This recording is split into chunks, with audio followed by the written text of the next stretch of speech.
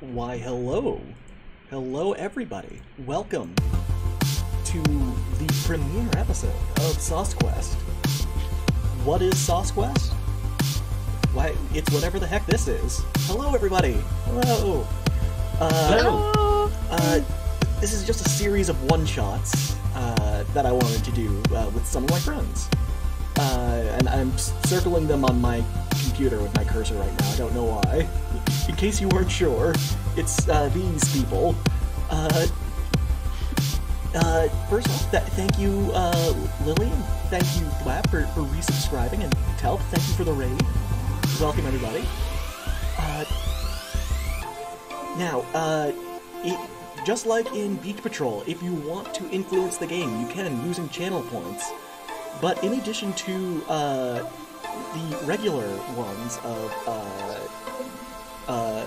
health potions, of permanent stat boosts, there should also be, let me just make sure that this is running, there should also be an option for chaos, which I think all of you are familiar with in your own special ways.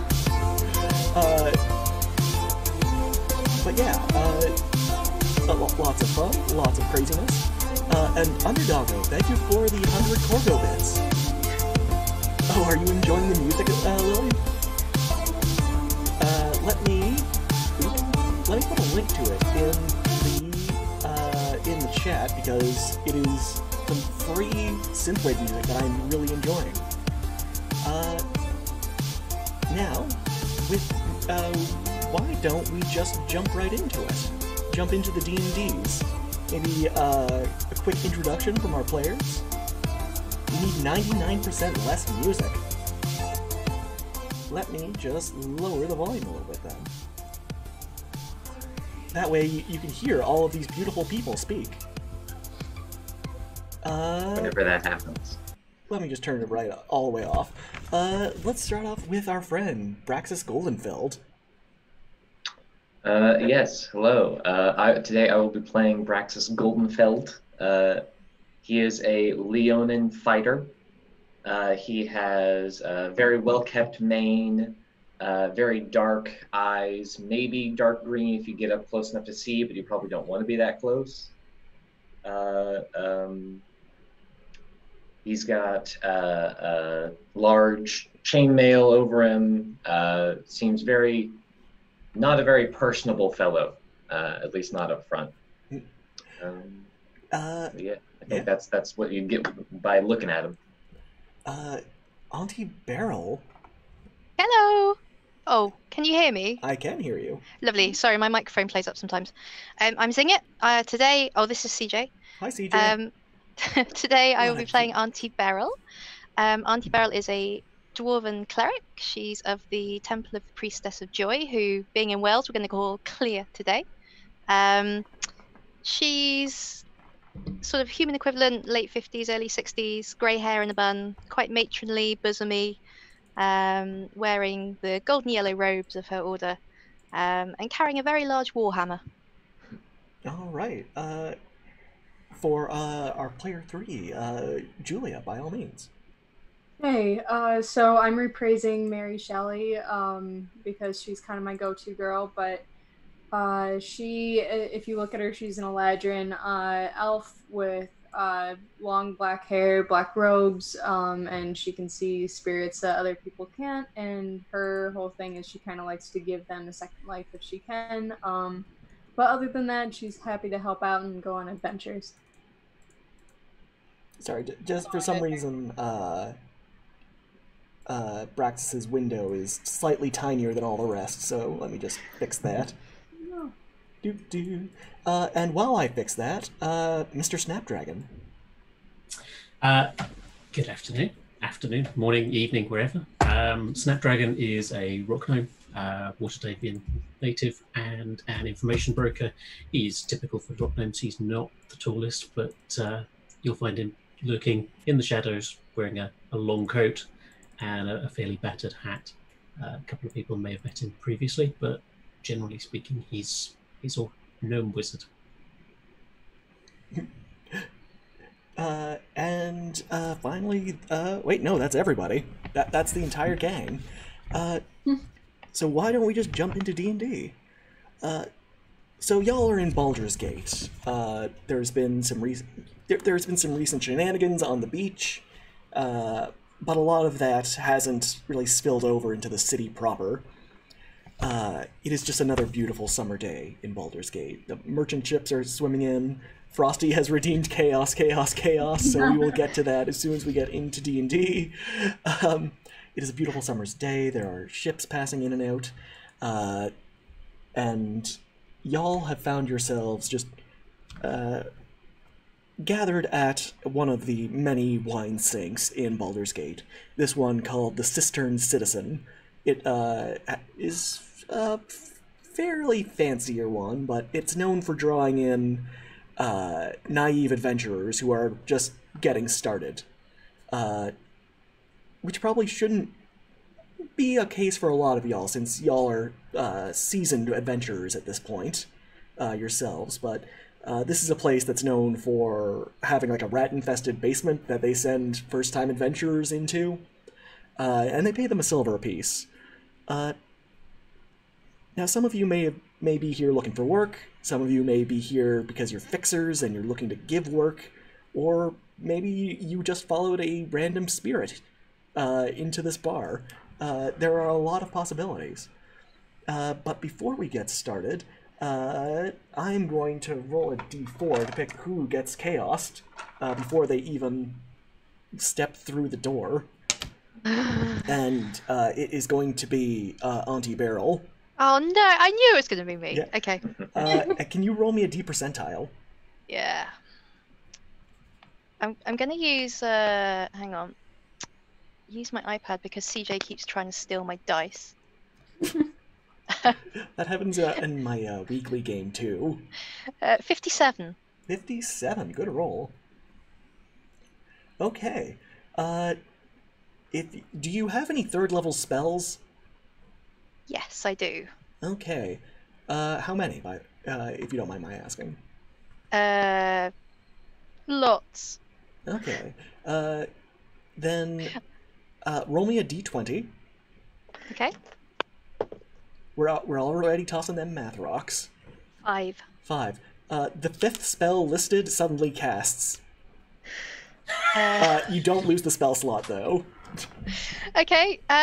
That's cure wounds. So if anyone's got a bumped knee or a little achy wrist or a headache, then I guess it's better. As you open the door to this tavern, and you can see all of the like tacky Applebee's style accoutrement, like there's a crocodile wearing a pair of blinder shades and a top hat.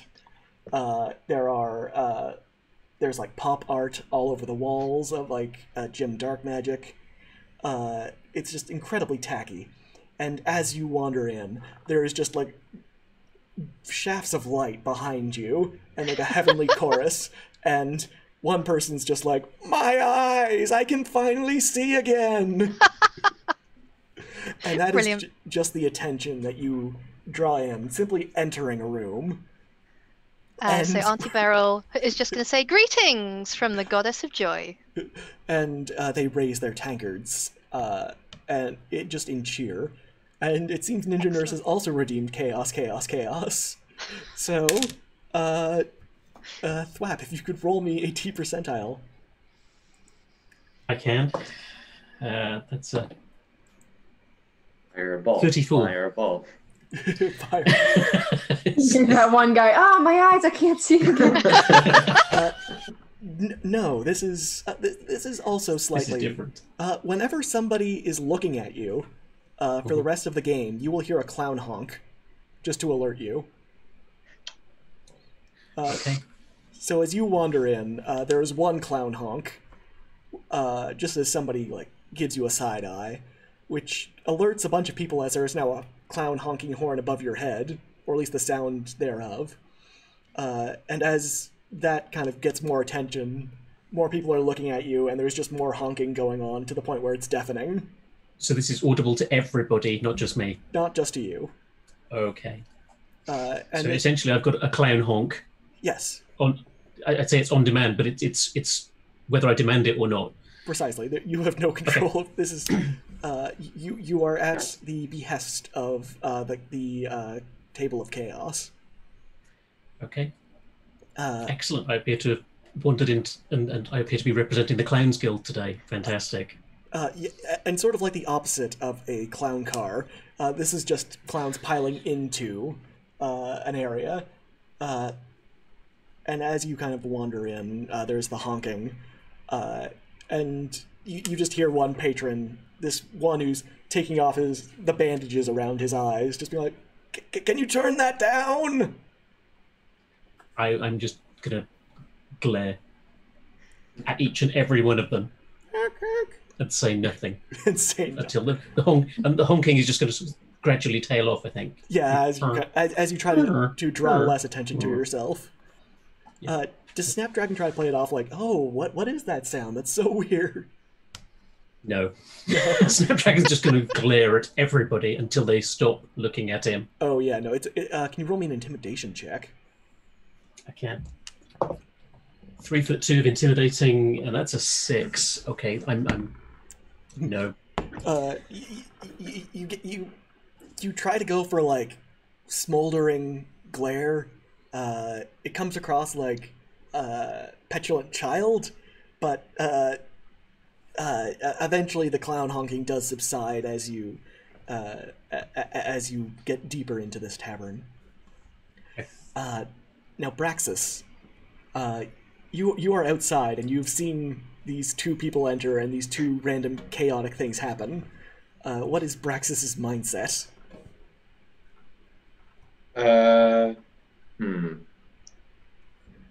Okay, sure.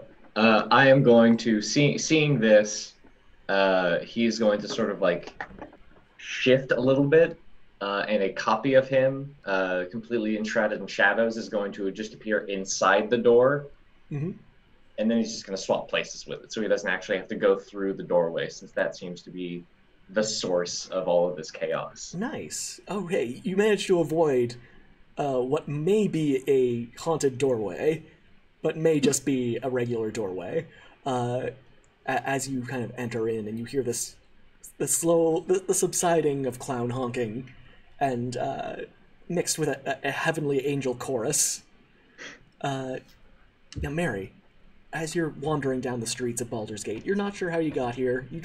This seems to happen to you a lot. Yep. You're just enjoying your day. Suddenly, you're in another adventure. Yep. Yeah. And you see a ghost of a drowned man.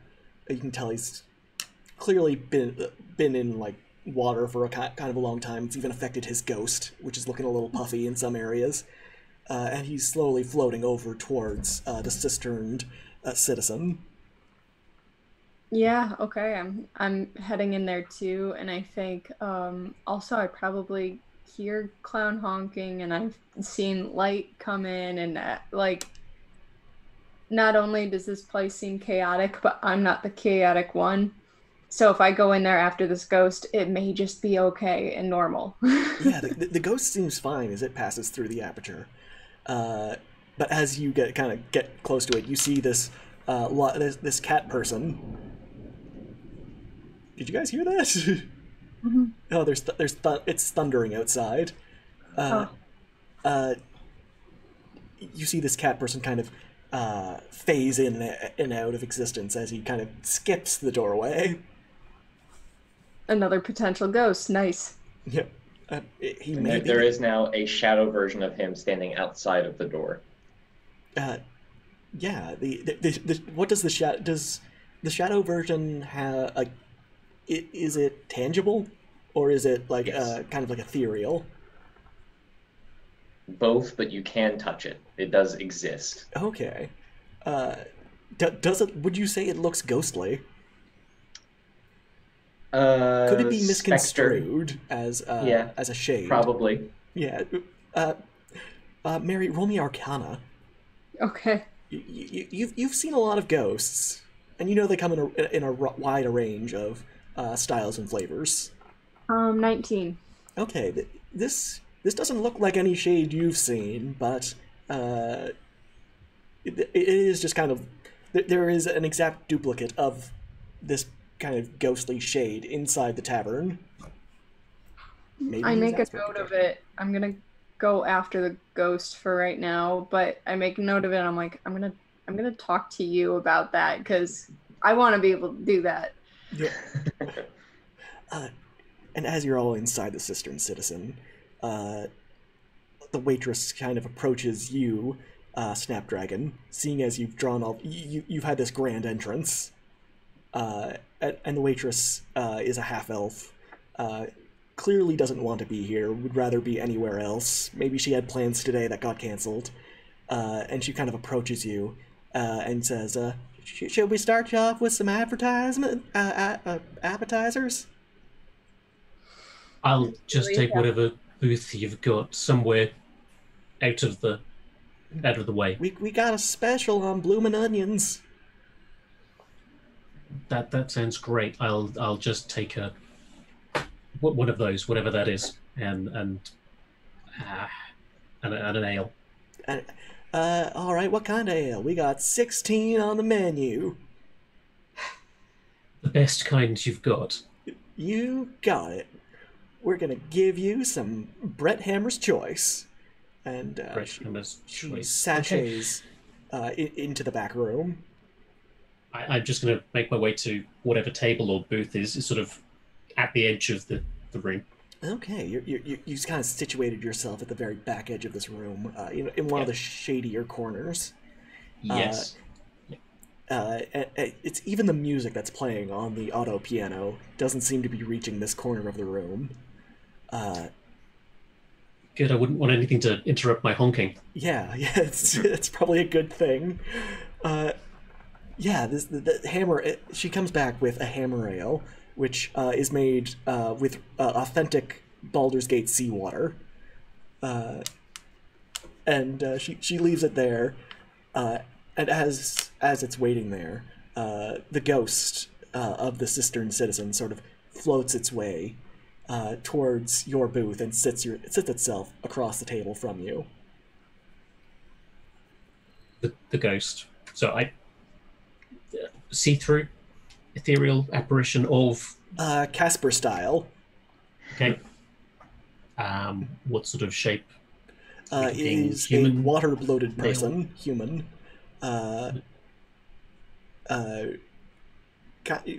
You could probably draw the conclusion, and maybe actually, if you want to roll me a history check.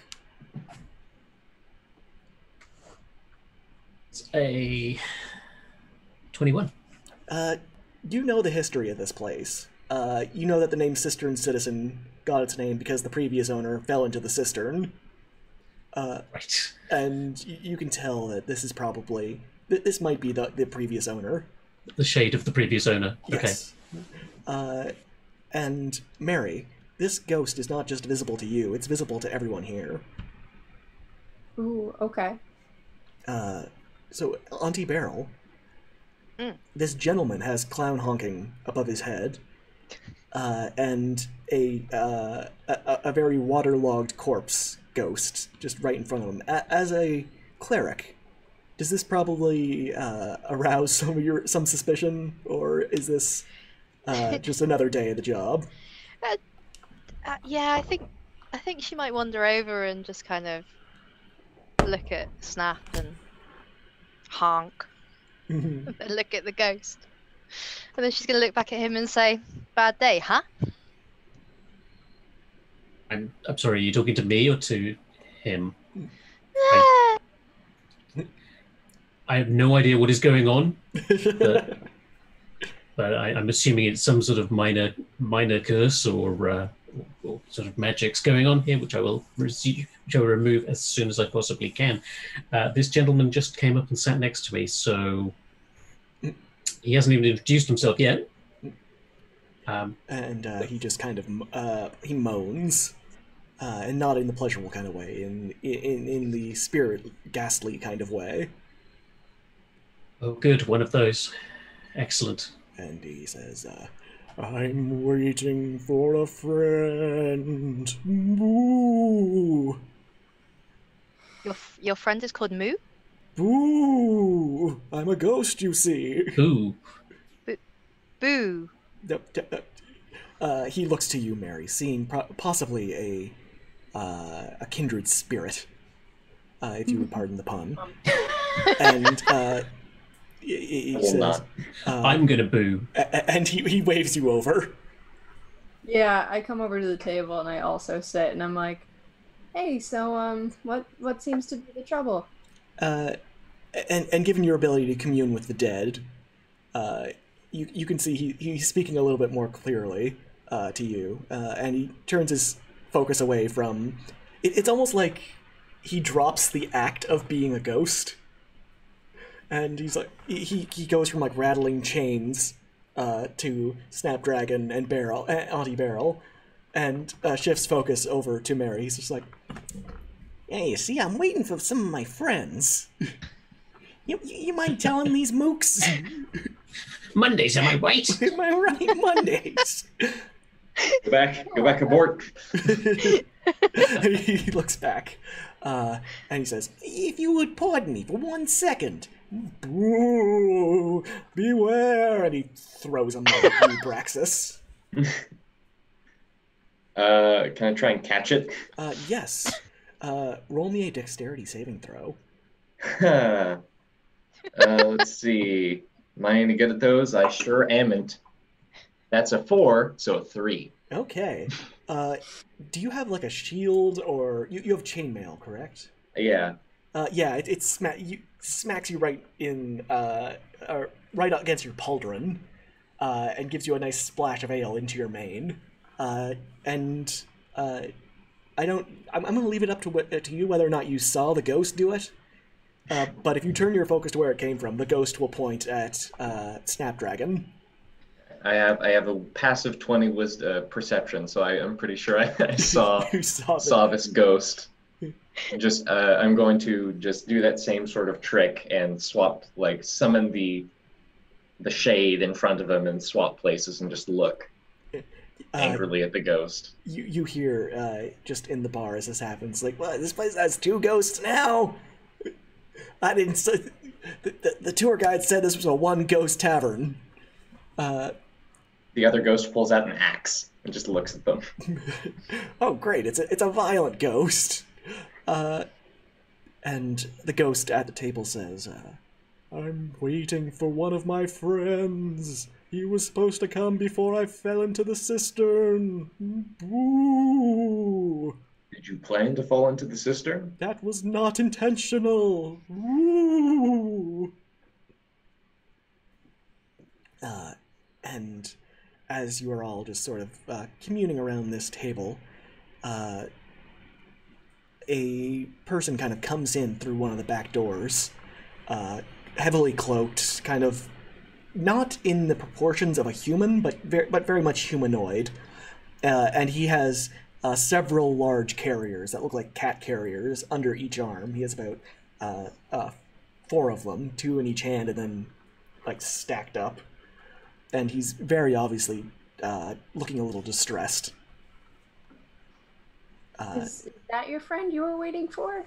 Oh, perhaps. He looks... Oh, and he looks back and says, "Yeah, he looks about right. He was supposed to pay me for doing a delivery, but then I went and fell in the cistern.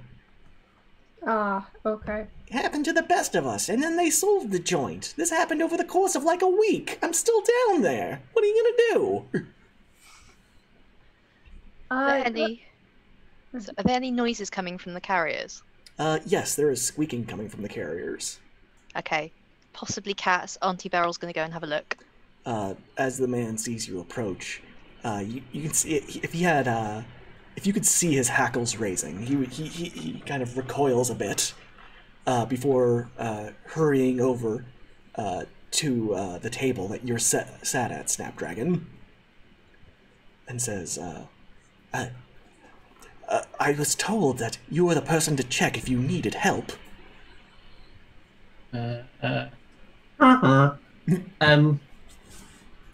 Help with what exactly? And he looks to the 3 people or the other 3 people gathered here who don't have honking, and asks, Do you know these people? I don't think so. He's going to have a look at Braxis and just go, yeah, clearly I do know Braxis from previously, but I'm not admitting that. But yeah, no. Do you know this ghost? He seems very upset that we're sat at his table. Oh, yes, that's... Oh my, that's the ghost of Bronwyn Bronzebeard. He was the former proprietor of this place. He was supposed to help me with my delivery. Well, it sounds You like need something delivered. Yes, the most valuable cargo in all of the Sword Coast. And Gold, spices. Even more valuable, Smerblins.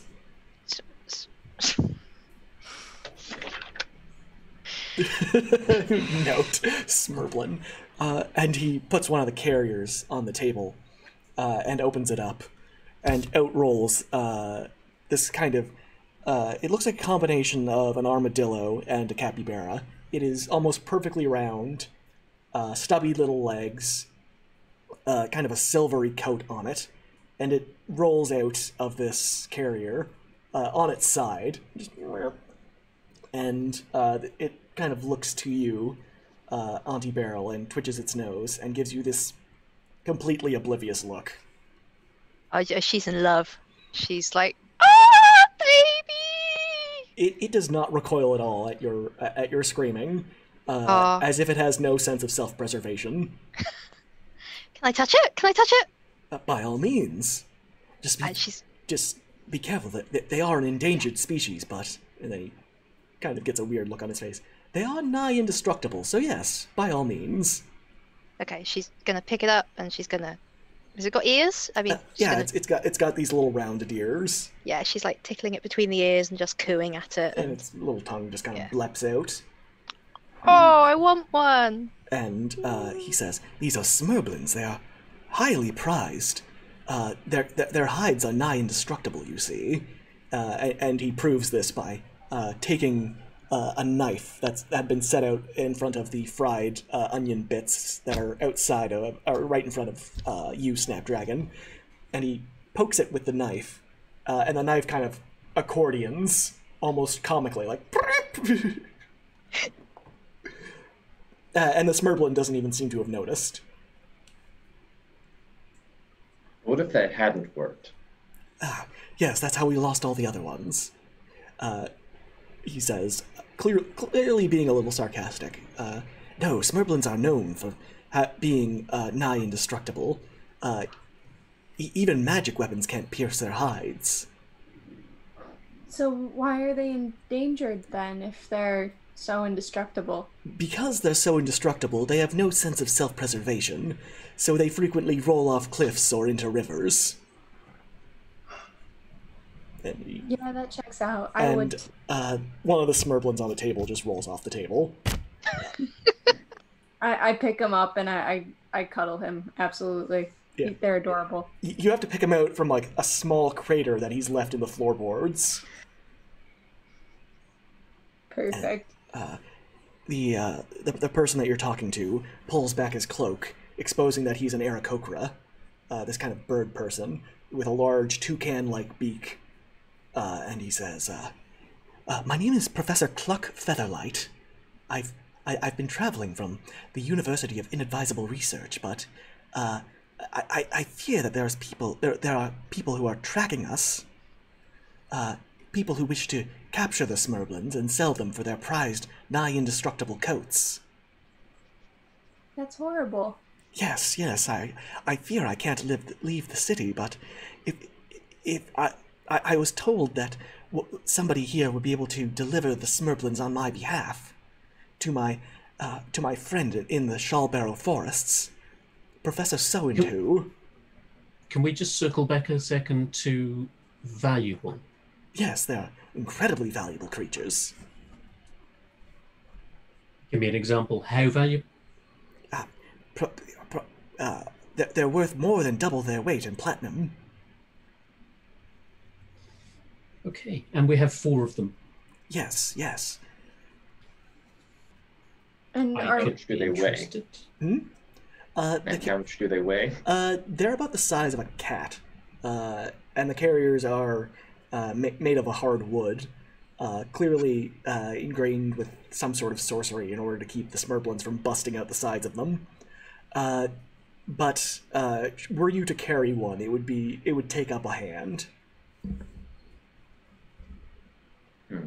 We've got 4 of these, and they seem incredibly dense as well. If it rolled off the table and then left a dent in the floor. Yes, seems yes, like they're pretty incredibly solid. dense. And he kind of pokes one, and it blaps again. Okay. Do they appear to have claws or teeth or anything outwardly deadly? No, they have cute little like paws with pads on them. Their teeth. They have teeth. They don't seem particularly sharp. In fact, nothing about this creature suggests that it's a particularly sharp creature. Okay. So incredibly valuable because their hides are impervious to harm. So Precisely. what are we? Where are we taking them? And what's in it for Where were us? you taking them? To Professor So-and-Two. He's taken up with a group of wood elves that have a preserve for Smerblins. Oh, so it's a rescue mission. Exactly. Oh, yeah, I'll help, definitely. Oh, bless your heart. And the Aarakocra kind of flutters his wings a bit. Yeah, and I'm still holding one and like just scritching it. I'm like, yeah, I want to see these guys be okay. Yeah, let's go. Yeah, it turns its large expressive one of the Smerblins turns its large expressive eyes to you, Braxis, and it gives you a sad look. I look to, what was his name again? Cluck. It's like, and so if we do this, what's in it for us? Oh, I can see that you're handsomely rewarded. I am a tenured professor at the University of Inadvisable Research. But you must. That sounds great. How many numbers does that involve? I've seen some universities' fundings. I can pay you 1,000 gold pieces a person. I think we should talk this over. That you should be careful. Soggy Sampson and his band of miscreants is searching for the Smerblins, and he's been known. He's been tracking me for days. Soggy, huh? Yes, he's very soggy. Sampson. Soggy Sampson or Soggy? Soggy Sampson. The nefarious bandit. Right. He's a slippery one. Do you have a description of this fellow so that we might keep an eye out for him should he be following us? Why, yes, I do. He's a Goliath, you see. He's incredibly tall, a shock of bright red hair, a beard that he's dyed bright blue, and he's incredibly soggy. Okay. I don't know if it's a glandular soggy. problem. He's just generally damp. He's incredibly damp. Sounds unpleasant. Beyond damp and into moist. I wouldn't go that far. Okay. I'll keep that in mind if we find a dry Goliath with bright red hair, very tall, and a blue beard. Oh, yes, no. If you see one who isn't incredibly soggy, that's not Soggy Sampson. Does he have a twin brother? In do we need to be mindful of that? Sorry, Daryl. Yeah, Little friendly cousin Samson. Cousins. no, he does have an identical twin brother named Arid Aaron, who is very dry. Just be careful about him. This all makes sense. The Aarakocra turns his toucan beak over to you, Snapdragon. Why are you laughing? This is incredibly serious. These Smerblins are... These Smerblins are incredibly valuable. This isn't a laughing matter. Now, there are soggy bandits after them.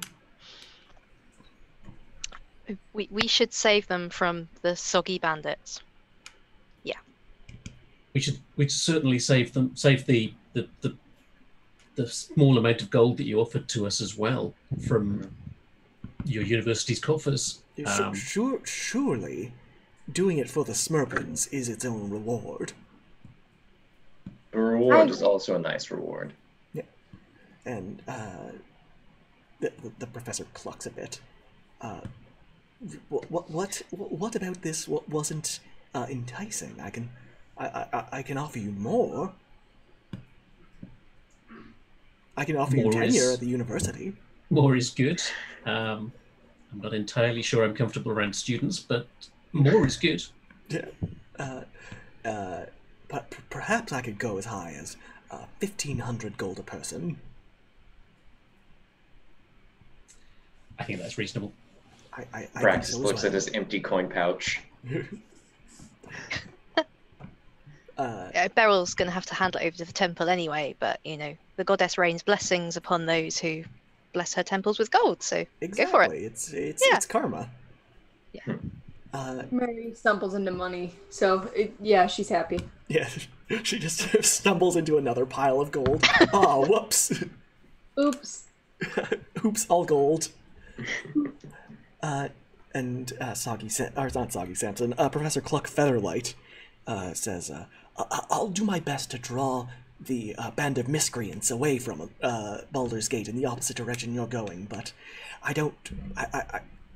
if they catch me, they'll probably try to interrogate me. It'll be brutal, but I need you to save the Smerblins. They'll probably try to murder you. That. Oh, I would suggest you hide. You're a professor. Yes, but it's for the Smerblins, you see. And he picks one up and kind of puts it in your face, Snapdragon, and he squeaks it a few times. And as he squeaks it, you can hear the horn honking. Great, excellent, okay. And as that horn is honking, it starts to go flat before disappearing entirely. Just See, I was debating whether to use remove curse, but I've just saved a spell slot. Yay! Yeah. Okay. Has the chaos dissipated now? As far as you can tell. Until it's convenient to bring it back. Until comically appropriate, it is gone. Yes, exactly, until it's funny. Yeah. Okay. Smerblins also seem to cure minor curses. Excellent. We've got another redemption of chaos. Oh no. You miscreants. This time it is, I rolled a 1, so it is Braxis. If you could roll me a D percentile. 88. Ooh. Oh no. There is Fantastic. there is another version of you that appears behind you, just looking at what's going on disapprovingly. Great. Cool. Mm-hmm. And no matter what you do, you can't seem to gain his favor. This is That sounds like hell. given where the shadow version of himself comes from, he's very concerned about this. As you look at it, just what? If I manifest one of my shadow people, is there another one looking disapprovingly at him? Yes, there is. There is a shadow version of that person. Fantastic. There can be 4 of you at one point. You can be a barbershop quartet. You could. That would be awesome. I look at the Smerblins and just back at him and, can you carry these?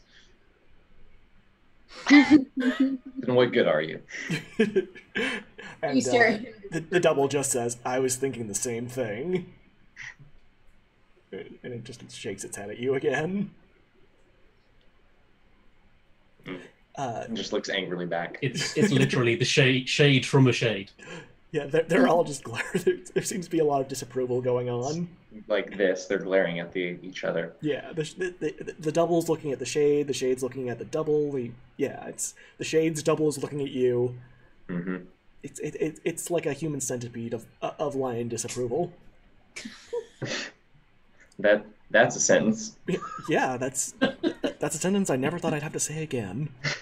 Now, what is Auntie Barrels? What's her mindset currently? What's she thinking? Not a lot. She's just still scritching the adorable snurfling thing. Oh yeah, the Smerblin seems to be enjoying it. Does it make a noise? It makes a little squeak. A little squeaking. Oh, you see? Yeah, that's it. You've just lost her now. She's just going to be scritching this between the ears, and all she wants to do is keep this thing safe and get it to where it needs to go. Oh, So it can run around and have happy Smurflin babies. Smerblins. Sorry, Smerblin. Smerblin. Smerblin babies. Snurflings are entirely different. Oh, sorry. Yeah. And the professor will correct you. Oh, yes, Yes. he does. He says, oh no, Snurflings are actually quite vicious. And I believe the Shallbarrow Forest is infested with Snurflings.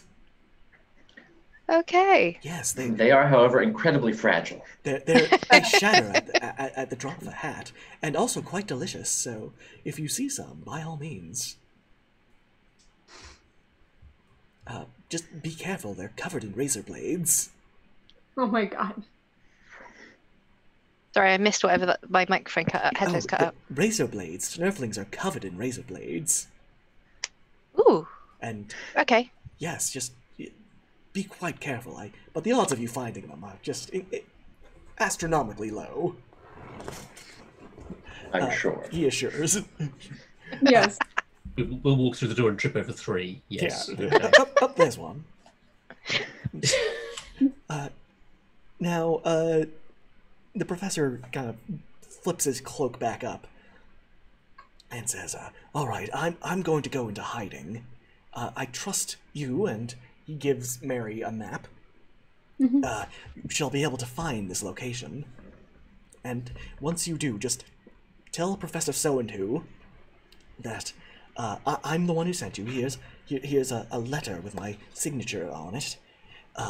And then he shall ensure that you are delivered your payment. All right, thank you. I'm going to go avoid getting murdered by a band of soggy bandits. Good luck. Yes, thank you. I never thought that I thought I'd be done this once I finished my thesis, but apparently not. And he goes out the back door, just at a brisk. Does Bronwyn say anything to him before he leaves? Bronwyn. Oh yes, he says, ethereal friend. He goes, "Woo! We'll have to meet again later for drinks." Boo! And he looks at the rest of you and says, now it's one of those awkward situations where the only person I knew at this party has left, and now there's just a bunch of strangers. Boo! Braxis looks at him and is like, I know a way to cure that situation. Just picks up one of the cages. Are we ready to go? I was going to ask if any of you liked folk music. Snapdragon's going to stand up at that point and pick up another of the cages and say, yes, we're ready to go, definitely. Maybe you want to hang out later. I've got a ping pong table. Oh, Mary is coming back for that. Mary is sold. Dope. Hit me up later. And he melts into the floor, leaving a pile of blood. Why do they always leave a pile of blood? Yeah, just makes a mess. Yeah, I mean, at least it's not spelling out anything with it. Not this time. Not this time. Next time, no, all bets are off. All right. So, are each one of you going to be carrying one of the carriers? Yep. Yeah. I can carry 2 if someone needs. Oh, I was going to say, are you going to make someone else carry 2, Braxis? I was going to say, Braxis, if you can carry you can carry mine, then obviously I can keep both hands free for important. Important. Dot. Yes, just important. Also, Snap can't lift the carrier high enough to get it off the ground. Just drags it. Drags it. These are heavy objects. It's fine. Carry it with 2 hands. How big are the carriers roughly? Like you said, a cat carrier. Yeah, okay. They're like a cat carrier. Made of a hardwood, though, so they're kind of hefty. Okay. Yeah, Braxis can take both. Sounds excellent. Okay. Thank you. This does mean you don't have your hands free, Braxis. Which means if you need to scratch your nose, you're going to need someone to help you. I have me for that. All right. couldn't you just get your shadow versions to carry that for you? He's more mobile than I am. Oh, he's more useful than you are. The shadow version is just now conversing with the double that's appeared. And they actually seem to be getting along. They would. Yeah. They're plotting against you. Now, Usurp your position. As you leave the tavern and start going down, following the map that was given to you by the professor, you can see that there is a rather long line leading out to from this one gate out of the city. And I'm going to need perception checks from everybody. Ooh. Ooh, that's actually pretty good. 6.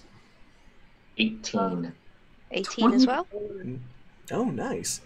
So Snapdragon, you're a little distracted.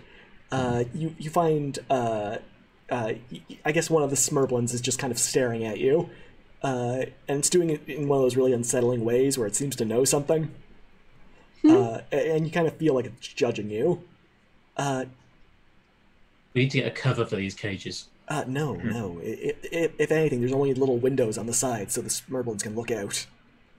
Yes, we need to get a cover for these cages. Oh, but the rest of you see that there is a rather ne'er-do-well looking person, a human, and he's just sort of inspecting carts as they come through, stopping merchants and travelers and quickly inspecting their gear. Does he seem soggy? He looks a little soggy. Oh, shit. Not especially soggy. He's not. Does he have blue beard? No, he's not a Goliath, but he is soggy. And is there there's like a gate or a wall, and there's a gate that we have to go through to get out? Right. Okay. So that looks like one of these bandits. If we wanted to, one of us could go through, and since these things are indestructible, I could just try and huck them over the wall and just pick them up on the other side. Well, we could do that, or let me try something real quick, and I'm gonna cast a phantasmal force on him and see if I can just craft. It says you craft an illusion that takes root in the mind of a creature you can see within range. They have to make an intelligence saving throw. On a failed save, you create a phantasmal object or other visible phenomenon of your choice. Mm-hmm. So I just want to make us, like, not there. I just want him... You know how you make a feed loop and a security camera? That's yeah. So you just want to have, like, looping merchants, and then you can just kind of Scooby-Doo sneak behind. Yes. Well, he rolled a 12. What is the spell save DC? 13. Okay, no, he doesn't know what's going on. He's inspecting this cart. It's filled with various spices. It's being led by a spice goblin, and the scene kind of doubles, and an identical spice goblin cart comes over, and this guy's clearly not he's not the sharpest miscreant, and he's hey, wait a minute, this isn't spice. These are herbs. What are you pulling? And the goblin just kind of gets into an argument on whether or not it's an herb or a spice. I think it's let's say oregano. And I'm gonna need stealth checks from everybody. Oh no! Yikes! Jesus, my bubbles. It's gonna be bad later. I can tell. 11. 21. 9. 14. Okay. Now this was a group check, so I needed successes from at least half of you. And Snapdragon, you came in just under the wire, so you managed to sneak. You managed to sneak past, even though Braxis, you rolled a 9, right? Mm-hmm. Even though you disadvantage and a -1. Even though with every step there's like you're stepping on a clown horn, you're stepping on a bunch of broken glass. It's like that clown horn is back again. But it's not me this time. It's not you this time, unless somebody wants to go on the table of chaos again. as you're kind of sneaking by, you just hear this guy saying, "Wow, this cart's much more ethereal than the last one. Wild," as he puts his hand through it and argues with the phantasmal goblin. But you manage to get some distance before he realizes that something's up. And as Nice. Are we out of the gate, or are we just still approaching the? you are out of the proper? gate, Okay. but there might be a distraction that might be required before this guy figures out something's amiss. So we'll go with Auntie Beryl. How would you distract this gentleman? Oh, so can he hear me? Or how far away from him am I? You're about 30 feet away from him. Okay, cool. So I am gonna try and cast command on him. Oh, okay. And I'm gonna try. Well, should we see if it works first? He needs to make a wisdom saving throw. He rolled an 8. Okay. Yeah, I needed a 14, so he failed that. So she's just gonna look over her shoulder at him, and she's gonna use command to say washroom.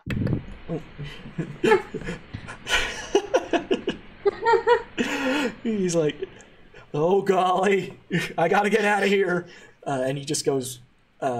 He's clutching his backside and goes running, looking for a privy.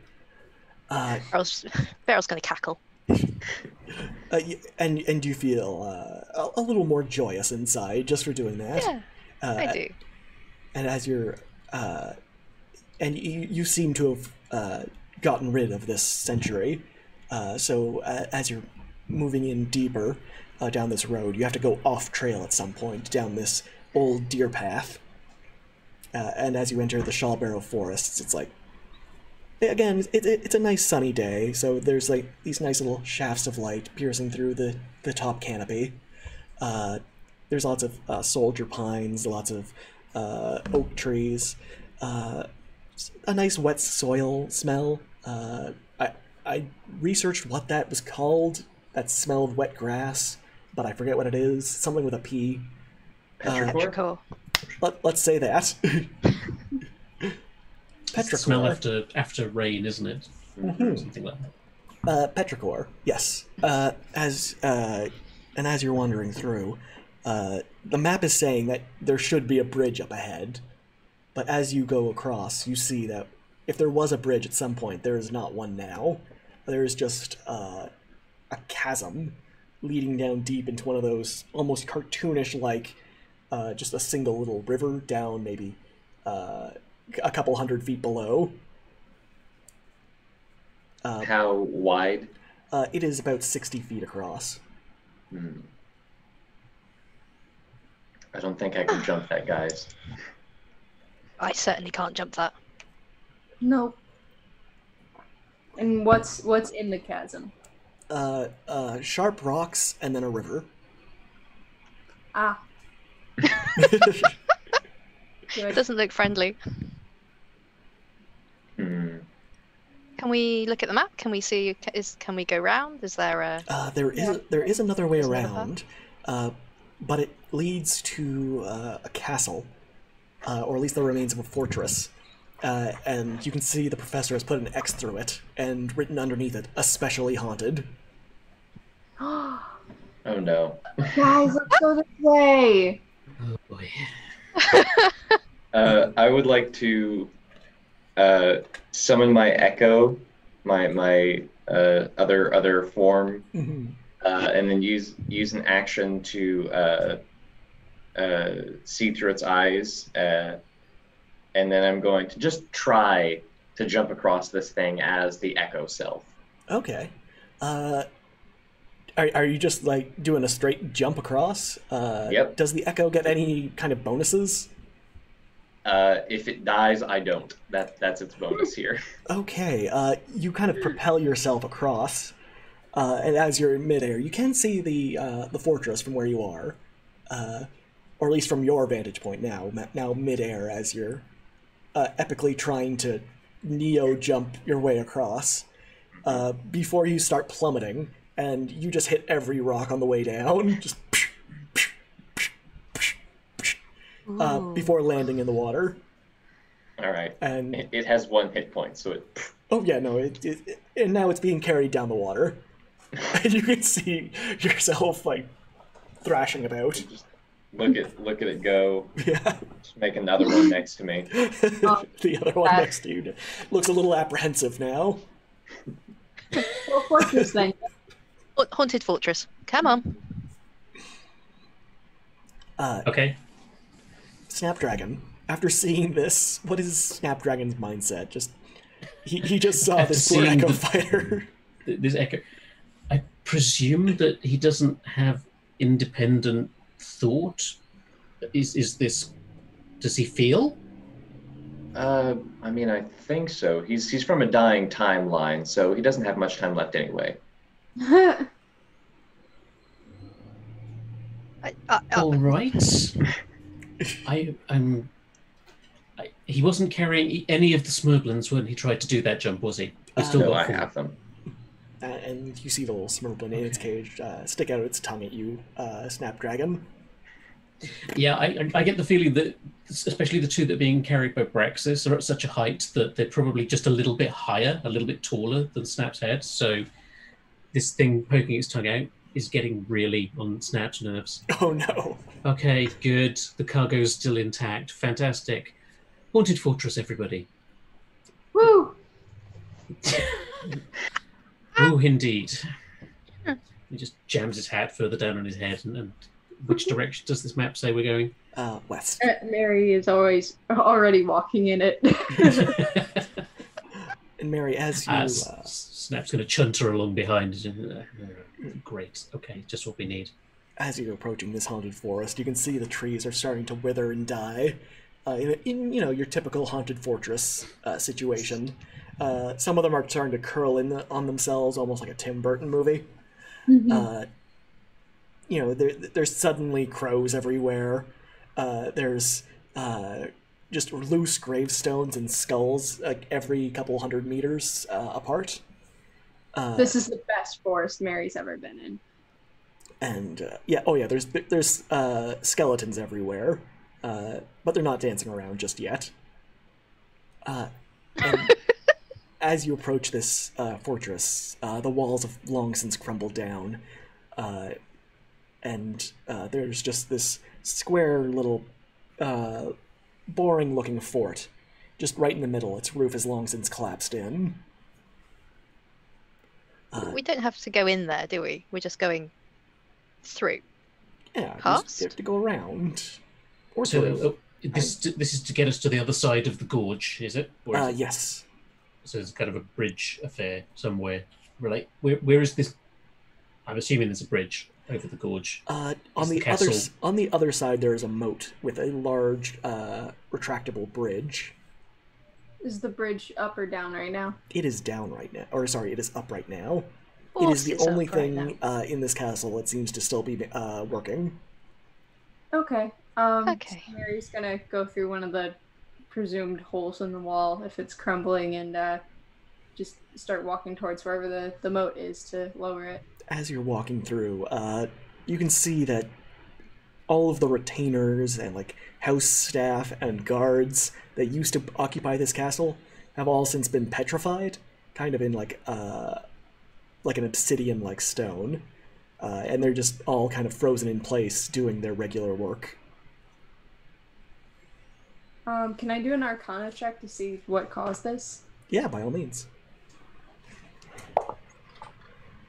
See, these are the bad rules now. Okay, that's an 11. With an 11, well, it doesn't seem like this happened naturally. You know that much. Yeah, Okay. Snap's gonna cast Detect Magic before we get too far in here. Oh yeah, there's definitely some sort of transmutation magic that's gone on. Okay, so entirely normal. An entire staff of a castle has been transmuted here into stone or obsidian. Yeah. Yeah. And Okay. as you get deeper, you have to go I'm guessing you're not going into the fortress. You're just going around it. We'll take the most direct route to get to the bridge on the other side. Well, the most direct route would be through the castle, but that also is where Mary, you're getting a sense that might be the most dangerous place to go. Yeah, we'll walk around. And you see just through the windows, you can also see household staff. But as you get closer to the drawbridge, you can see that the statues are becoming more and more distressed looking, to the point where some of them look like they're panicking or fleeing, but have been frozen solid. Okay. Auntie Beryl doesn't like this and is humming a jolly song about a bumblebee, just to lift her spirits a little bit, And Snapdragon, as you're approaching the tower house, you just hear above your head a little. Oh no. Oh. I'm just going to stop dead, and look around. Okay, roll me a Do I see perception anything? check. Not good. 7. As you're looking across all of the statues, you see the main door, the door that leads into one of the grand halls, is open slightly, and you can see that there are some statues that look like they're trying to push the door open so they could flee. And for a moment, it looks like one of the statues moves, and I need you to roll me a Constitution saving throw. This is That's a natural 20. So, Okay. Well done. 21. Okay. You feel you feel like for a moment just a little creeping sensation in your fingers as your hand sort of starts tightening up before it relaxes, and you can see that there is a creature seemingly made of the same kind of obsidian walking out of the castle towards you. I'm immediately going to alert everybody, and that doesn't look good, for starters. What does this creature look like? It is humanoid in shape. It is seemingly made of a blackened stone. And as it approaches, and as you pointed out, does everybody look in the direction that that Snapdragon's pointing? Yeah. Okay. Probably. Thanks, Snap. I'll have my Hey, echo everybody, look in look that over here. direction. Then I'm going to need Constitution saving throws from everyone who looks. Yeah. Nat 20 also. Well done. 17. Okay. 23 for the echo. Then all three of you succeed as the same thing happens, where you feel your body sort of start tightening up for a moment before relaxing, and you see this kind of blackened obsidian creature striding right towards you. And Braxis, your chaos ensorcelled double looks at this thing and goes, "Oh hell," before freezing entirely into this kind of blackened obsidian, and just as it's petrified, it looks to you and just goes. Before I look at freezing. it, it's like, that's probably worth something. And I'm going to need initiative rolls. Woo. 11. 11. 9. Write this down. 17. 17 as well. Okay, what are your dexterities? 14. 14. Okay, then. What's your middle name? I was going to say, just roll me another d20. Okay. Nat 1, so. 2. Okay, then Snap, you barely win. Damn it! Which means you're going to be going first. So this is actually, wait. this thing Unless this thing rolls better, I should probably roll it. No, it goes first. It rolled a 15. Oh wait, no, sorry. You rolled 17, right? Yeah. Okay, then it goes Snap, Mary, the creature, Auntie Beryl, and then Braxis. Braxis rolled a 9, right? Yeah, I got 11. Okay, then Auntie Beryl, Yeah. and then Braxis. Okay. He's rolled so low that he's actually fallen off his chair. He misty stepped away. So he's striding towards us. This creature. This Medusa-like in capability creature. Okay. I'm going to take a step back and yell. Presumably, how far away is he? It's within yelling distance. It is within. It is about 45 feet away from you. I'm just going to shout and tell it to stop, back off, and reserve my action for the time being. I want to see if it actually is hostile. As it approaches you, it opens its mouth, and the only sound that seems to be coming from it is that of shattering glass. Kind of like Nice. cracking rock and shattering glass. We can't guarantee that it's a bad thing. Oh, the hell with this. Okay, magic missile. Okay. As much as I'd love to negotiate with it and give it a chance, it just does not appear friendly. So maybe it needs a tickle from a magic missile or 3 to just help it on its way. Chill out. Yeah. Yeah, by all means. Me yelling back off isn't getting it to back off, so yeah, that's fine. As far as I'm concerned, it's coming right for us. We all agree missiles is the best way to go. If in doubt, magic missile. Mhm. Okay, cool. That is a 5, a 4, a 2. So 11 points of damage. Should just slam into it. Well done. As the magic missiles sort of hit against it, you can see some small cracks forming, but it's still walking right towards you. Okay. And Brexit. Snap is kind of stepping back as he does this to put as much distance between him and this as possible, and the other members of the party as well. Okay. Was there anything else you wanted to do with your turn? Done. Good. Thank you. All right, then Mary, you're up.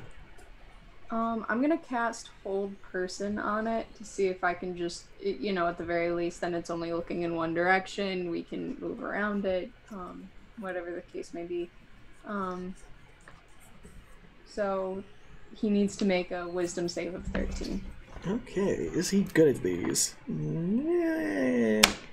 Not when I roll a natural 1. All right. So he's paralyzed for the duration. So at the end of each of its turns, it needs to make another Wisdom saving throw. Cool beans. Which brings us to. Was there any? Sorry. Was there anything else you wanted to do? Bonus stat, I wanted to Misty Step closer to the whatever mechanics lower the bridge. Okay. You with a nice little. You kind of appear right next to the crank, and you can see that time it has caused some damage to this thing, so it might need an action to repair next turn. Which leads us to the creature, which is incapable of moving.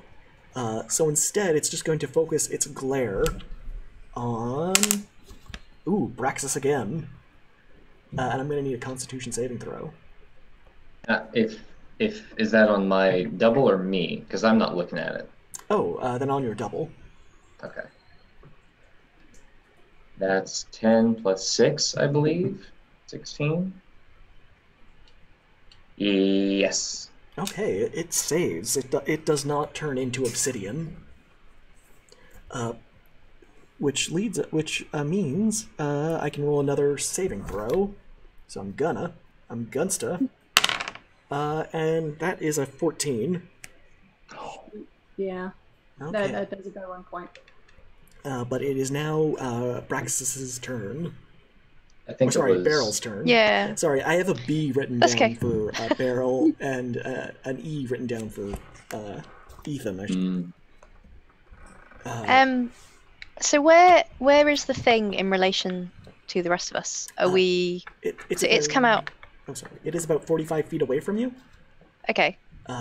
You guys are close to the gate, close to the control mechanism for the drawbridge, and it is just coming out of the fortress. Okay. Fine. I think this needs some holy fire all up in it. Oh, by all So means. I'm going to cast Sacred Flame. And it needs to make a dexterity saving throw. Can it do that while... Oh wait, no, it's not paralyzed anymore. It's not paralyzed anymore, I don't ask. think. Yeah. Yeah. Shame. 17. Damn it.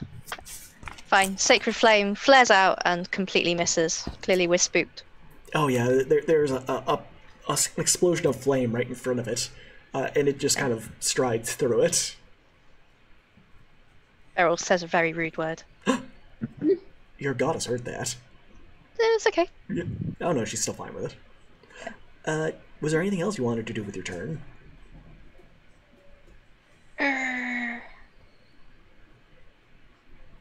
No. Not right now. Okay, which brings us to... Now finally brings us to Praxis. Sorry. bringing up the rear. Braxis will sort of shake again, summon another echo 15 feet away from him, and then have it move 30 feet up to the creature. And then we'll hit it.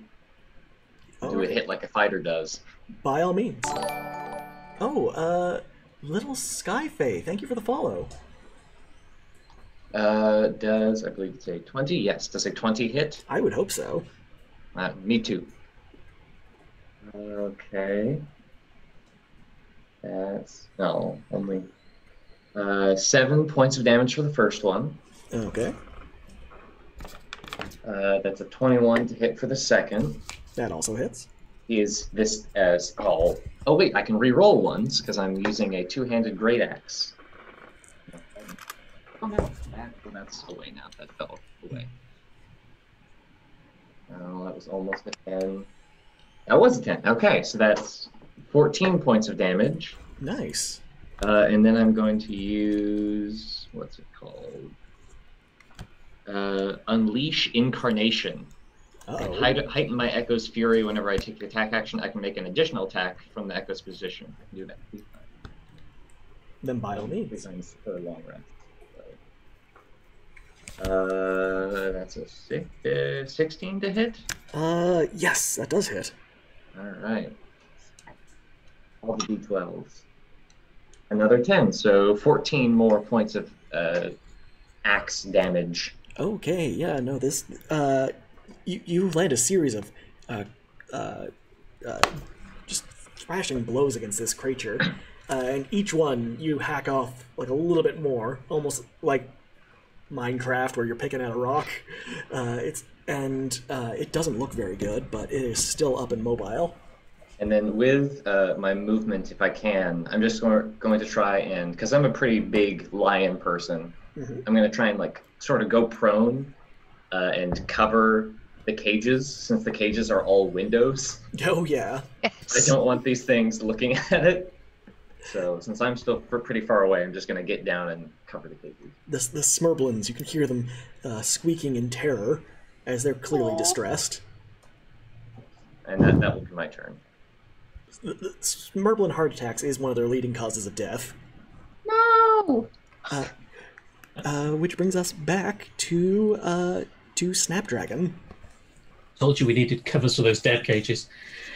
Okay, Snap is going to try his very best not to look at the awful creature, but still manage to fling out a ray of frost at it. So, okay, roll me a quick Arcana check. Yeah. 14. Okay, I just wanted to make sure that you could hit your target using approximate knowledge.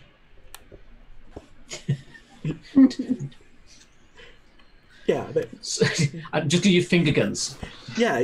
Well, you know, it's like it looks especially cool when you like aren't looking and throw a basketball over your shoulder and get it. I'm picturing it being something similar, where you're not looking. Yeah, okay, fine. Mainly he's just doing it in terror, but that's okay. I need an attack roll for that. 18. Yeah, that hits. 2d8. So that's an 8 and a 3, so 11 points more damage to it. Okay, this thing takes a step after getting this ray of frost on it, and you hear its leg kind of start creaking and then shatter as it loses one of its legs, and it starts. It's still trying to crawl its way towards you, like digging its hands into the ground and just kind of pulling itself towards you. Was there anything else you wanted to do with your turn? Nothing apart from just recommending that Braxis continues hitting it with the big axe. That seemed very effective. Mary, you're by this mechanism now. You can see that there's been some damage to it. It seems like one of the kind of statued people got their arms stuck in one of the gears, and then it just kind of broke off. It's going to take an action to kind of extricate this arm. Yeah, I'll do that, and if there's any breakage, I do have the mending cantrip that I can use on. Okay, combined with the two, you get the mechanism back to a functional state, and as you do, it kind of unlatches almost immediately, and the drawbridge just slams down with a large, like, booming, thunderous sound as it... This creature didn't happen to be under that, did he? No, it is still, it is on the other side of the drawbridge, unfortunately. Okay. Yeah, if I still had that Force Misty Step, I thought of that, but darn. Was there anything else you want? Did you want to use a bonus action for anything?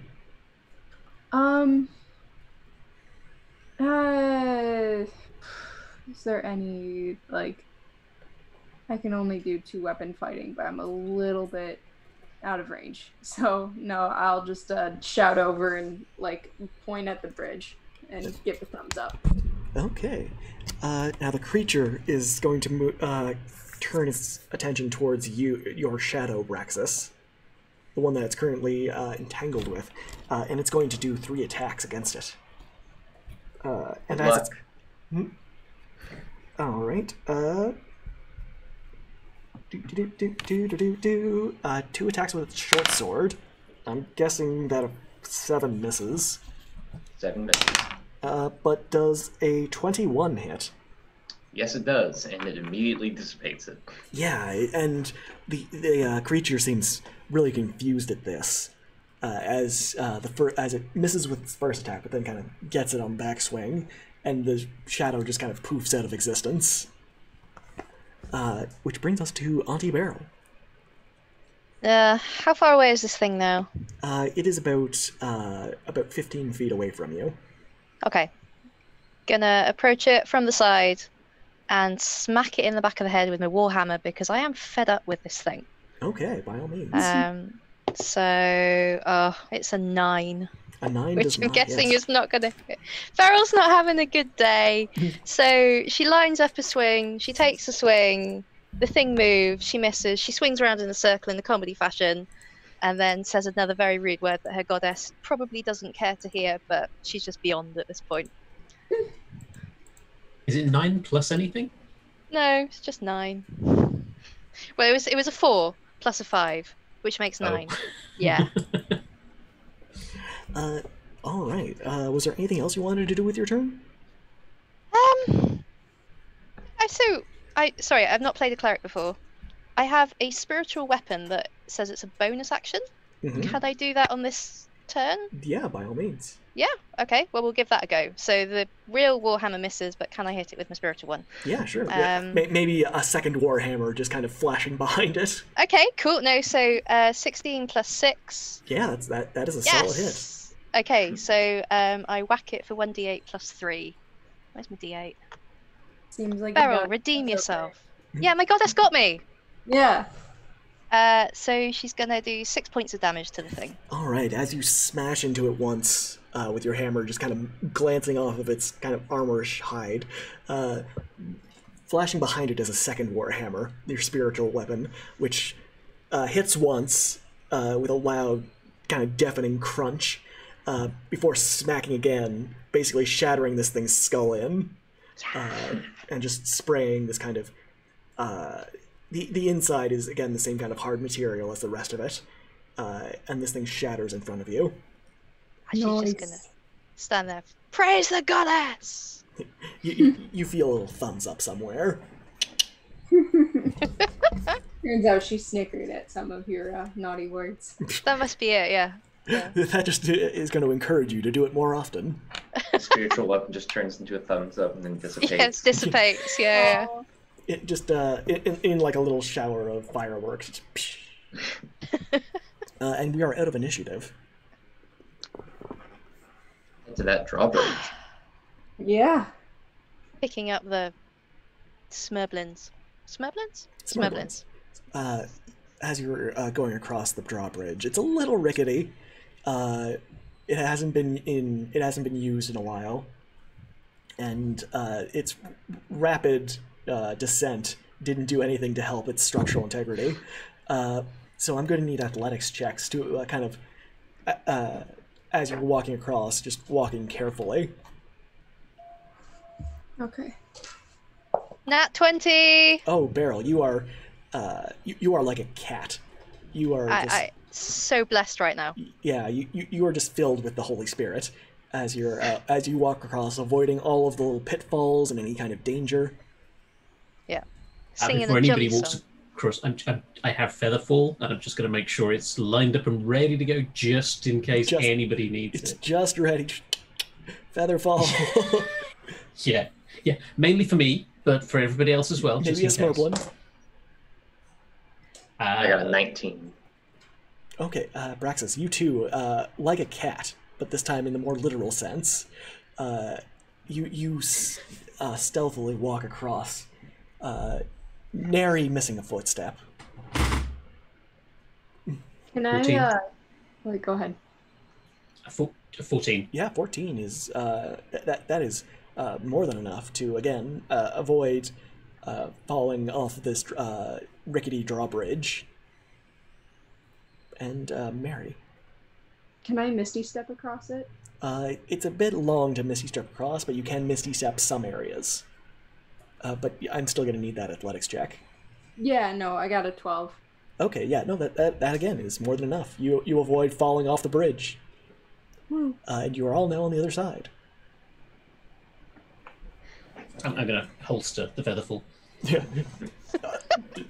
Uncock guns. it. Yes. Yeah. As you're walking across this bridge, there is a cave in front of you.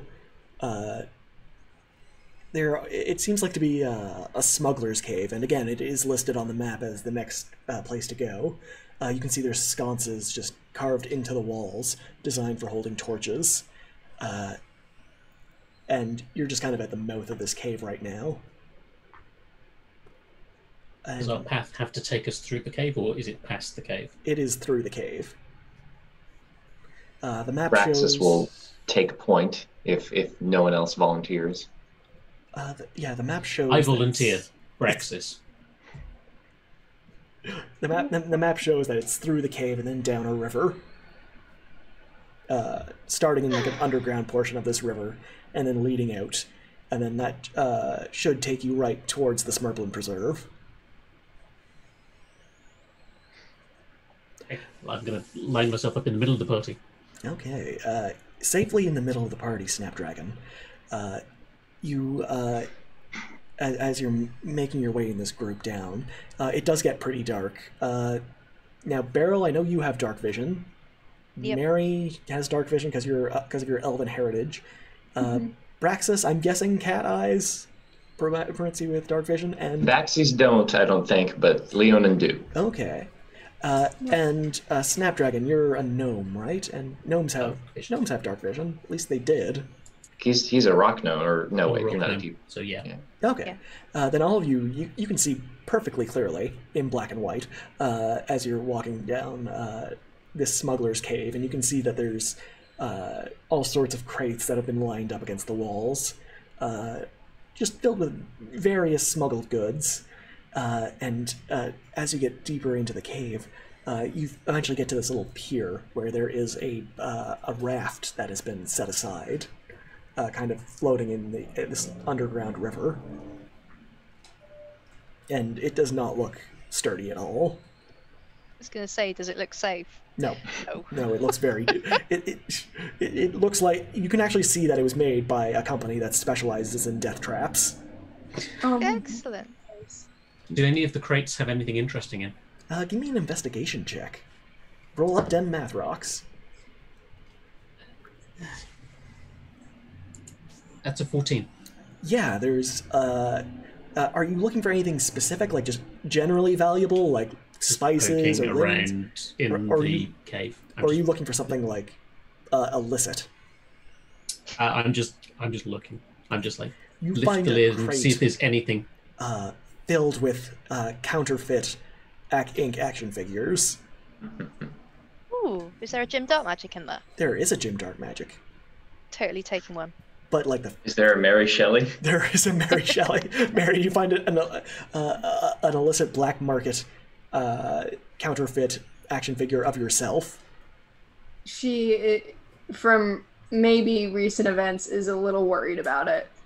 These seem fine. These aren't officially licensed, but they are like the paint is all wrong on them. You have like one eye going this way, the other one going the other way. Of course.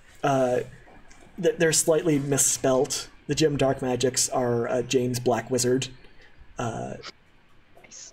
These are stuff Great. like you'll find at a dollar store. Yeah. The paint is actually lead. Yeah. Oh yeah. Don't put it in your mouth. don't lick it. That's the tagline for this entire series. Don't put it in your mouth. That's actually not counterfeit, though. That's just from the AI. That's actually true to form. And you also find some jugs filled with a mysterious kind of off-greenish liquid, Snapdragon. In a separate crate. It's not like they were packed with the action figures. Jugs with what color liquid you say? It's kind of an off-green. Swirl it around. There are little sparks that fly off of it as you swirl it around. Is it a sealed jug, so presumably I can take one with me? Yeah. Yeah. Yeah. Okay. You now have Do a I jug. have any idea what this might be? Let's see. What would I... Roll me a nature check. And are these on the raft, did you say, or are they offshore? They are on the pier. Okay, I'm gonna... I see the sparks fly off, and I go, that's pretty neat. And so I put some in a pouch. Okay. I just rolled a 16 on my nature check. You've heard that there are trees in this forest that have very flammable sap. It is a strange quirk of evolution that these trees are highly combustible, and you suspect that these are from blaze trees.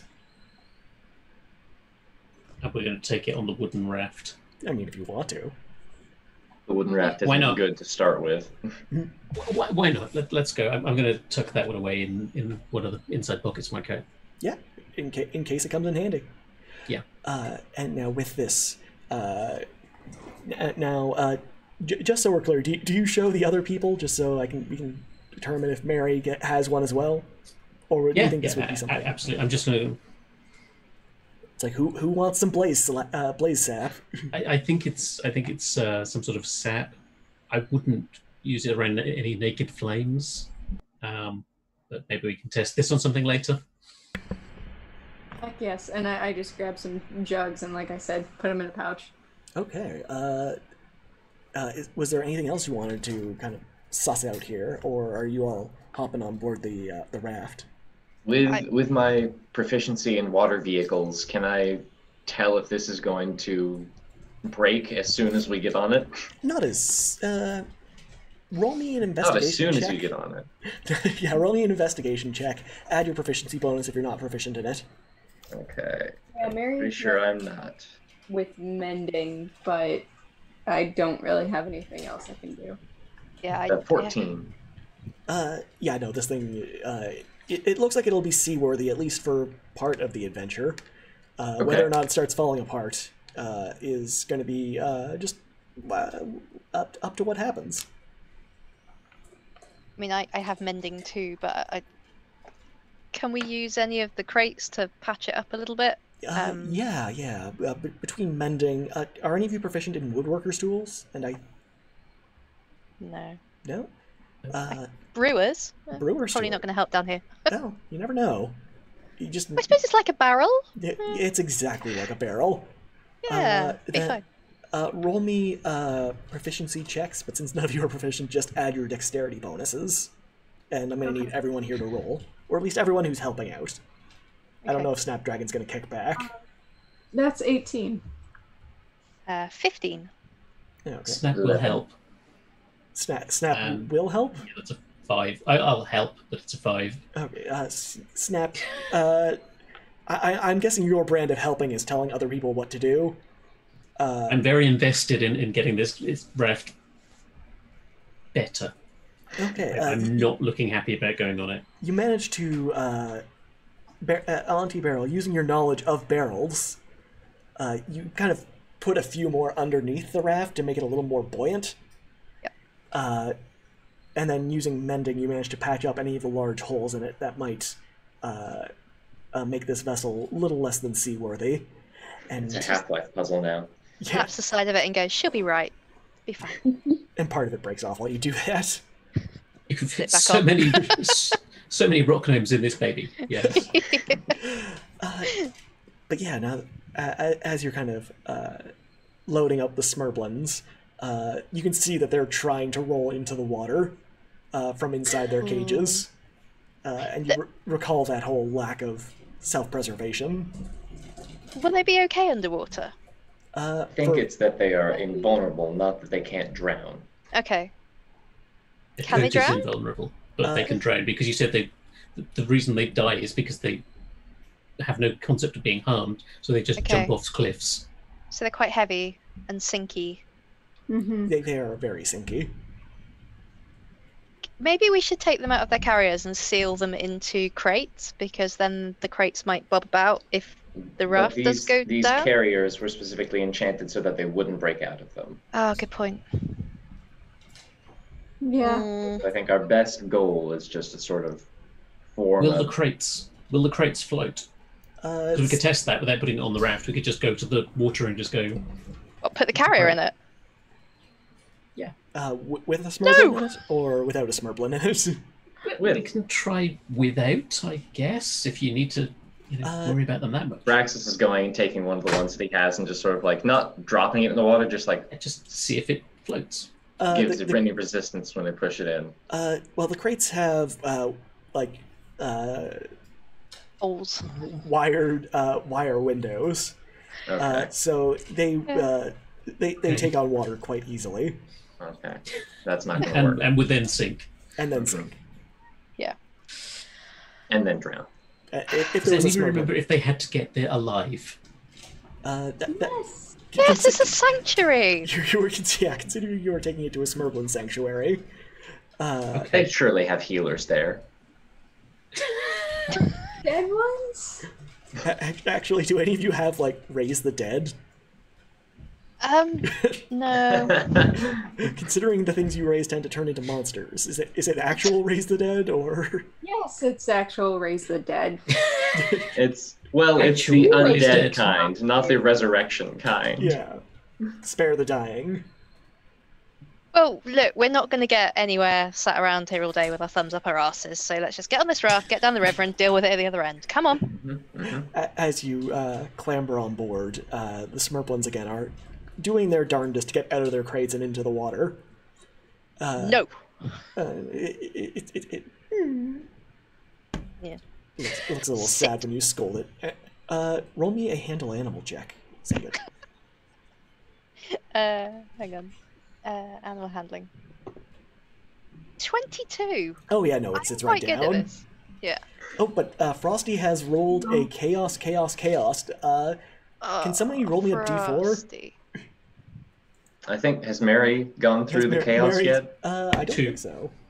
That would have been Zingit again, but Zingit, do you want to go, or do you want to Sorry, pass it up? what have I got? Do you want to roll on the table of chaos, or do you want to pass it off? Oh God, no! No, pass it off. Okay, Ugh. Mary. All right. Mary will remember this. Yeah. 15. Yeah, absolutely. I'm your auntie. It's fine, dear. Yeah. Sorry, what did you roll? 15. 15. It's good to share. Okay. I always love this one. Mary, you assume that Auntie Beryl is the president and that you're her bodyguard. Love it. Great. Oh, Okay. we've got another roll on the table of chaos. I think it would be only thematically appropriate that this goes back to Singit. If you could roll me a D percentile. Okay. Get the same one. You're guarding each other. Yeah. Everyone's pointing at each other. 93. 93? Oh, good gosh. Oh, this is gonna get confused. For the next hour, you can see in 360-degree vision. Oh boy. You have one of those 3D cameras. And you can see everything around you. I mean, So- yeah. You start getting like busy and looking around and I go, "Are you okay, Mr. President?" So Beryl's just gonna start audibly talking to her goddess and just be like, "Don't know why you're doing this. Really not helping." Ooh. But because of that, I'm going to give you an advantage on any perception checks for the rest of the game. Nice. Okay. You can see all the Smerblins trying to fall off at once. Yeah, if you like circle yourself with the Smerblins, you can watch. You can keep an eye on them all at the same time. Put me in the middle of them and I'll just watch them. And then Mary's watching me. Exactly. It's good. Mary's It's all every now and then talking into an earpiece. A non-earpiece. And Do I get a cool nickname? Some dark magics in her ear. Yeah. You can get a cool nickname. Mary, you're not sure why, but for some reason you want to call Auntie Beryl Renegade. That's her call sign. Nice. Renegade is on the raft. All right, and as you're all kind of climb onto this raft and look around, Auntie Beryl, you can see that it seems like it'll be clear sailing, at least until you get out of the cave. And that's probably a good thing because, you're all kind of dealing with new things right now, and you need some time to adjust. Oh, your bodies are changing. It's fine. This is what puberty is like in Faerun. Do we have a mast on this raft? There's a small mast. It can be kind of lifted up into place because right now you're in kind of a cave, so you don't want it like smashing off a stalactite. Okay. And as you kind of start paddling down this underground river, the cave eventually opens up, and you can see that riding beside you are a group of miscreants, led by one who looks especially soggy. Oh, no. no. Does he have Are a we big sure? beard? Are we sure that it isn't the arid one and it's just the river water? Roll me a perception check, Braxis. I'm gonna roll this as well. Oh yeah, no, go nuts. You have an advantage on this roll. 19 for me. Okay, clearly I'm still weirded out. So 15. You can see that the giant leading them has a bright blue beard. He has bright red hair, and he looks especially soggy. Ooh. We gotta get him. And Yeah. And Talp the Scot just redeemed chaos. So let's give this to Snapdragon. Oh, happy birthday, Tal. Yeah, happy birthday, Talp. Yeah, happy birthday. That's 39. 39. Oh, nice. There is a cackling of fire that kind of ensconces you. On the raft. On the raft. With the sap. With the sap.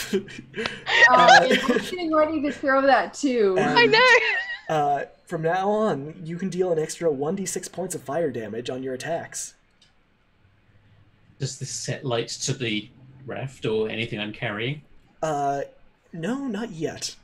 Yeah. The raft is very waterlogged, and I'm just ensconced in flame. Yeah, and it's magical flame. And the sap is, in fact, it might be a green flame. I was going to say, can we get a color on that? The sap is currently it's in its containers. It's ensconced. Okay. But if exposed to the open flame, it might react violently. Right. Okay. So how far away is the other raft full of... These men are riding on the shoreline, and they're riding on horses, kind of parallel to this raft. Oh, they're not riding alongside us on a raft. It's not like raft v raft. It's... Not yet. It is raft v horse. Raft v horse. Okay. And Braxis. What is Braxis's thoughts right now? The Braxis are. Braxi.